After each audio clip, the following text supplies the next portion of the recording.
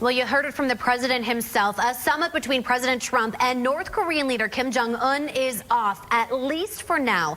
I'm joined this morning by Laura Lerman, a professor of political science at Wright State University. And I really want to talk first about this letter that the president sent to Pyongyang. What exactly does he mean? What is in it? Why? What's the timing of all of this?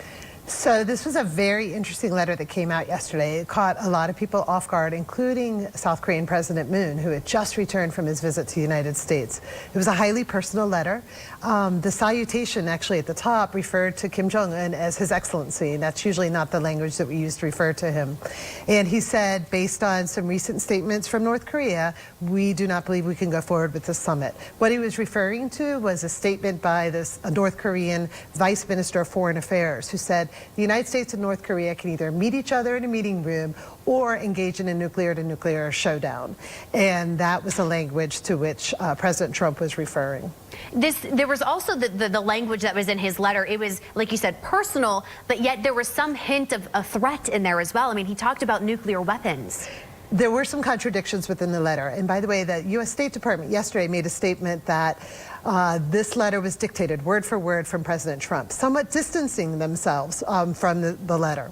And you're right. It had both this statement of we have gone real far in our relationship and we believe that we've started this dialogue that could be helpful. But we're good, and we have very strong forces to respond to that. He did, though, leave open the door to possible future talks. So there were a couple, it was not a definitive letter. It was definitive in canceling June 12th, something that none of us were very surprised about. But with both this threat and then saying, if you believe that you can come back to the table, we're ready.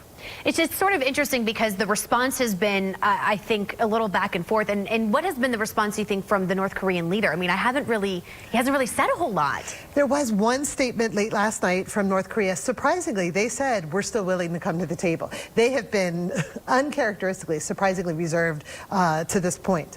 And in some ways, I would say at this point in the negotiations, and things change very quickly, but I would say in some ways they have the upper hand because it does look like it's the United States walking away from this.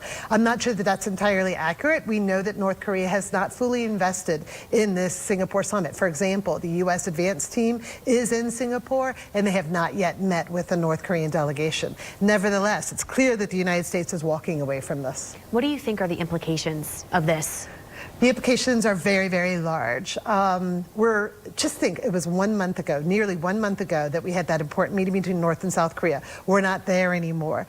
Testing, I would fully expect testing to resume because testing has been halted. North Korea has not tested a missile or a nuclear weapon since September.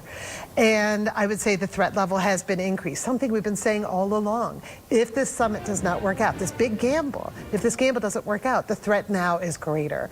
I would say China is more engaged. I believe we probably damaged our relationship with South Korea. South Korea was very, very frustrated. Again, Moon just got back from the United States. He called an emergency meeting of his national security team at midnight in South Korea to respond to this. So much more insecurity. I would say the threat level has been heightened, and we're back to fire and fury. And so this is something we're obviously on and keep closely watching because it seems like it's still kind of developing. We're not really sure where things are going to go at this point. Most definitely, it is in flux. All right, Laura, thank you so much for coming in and breaking it down for us.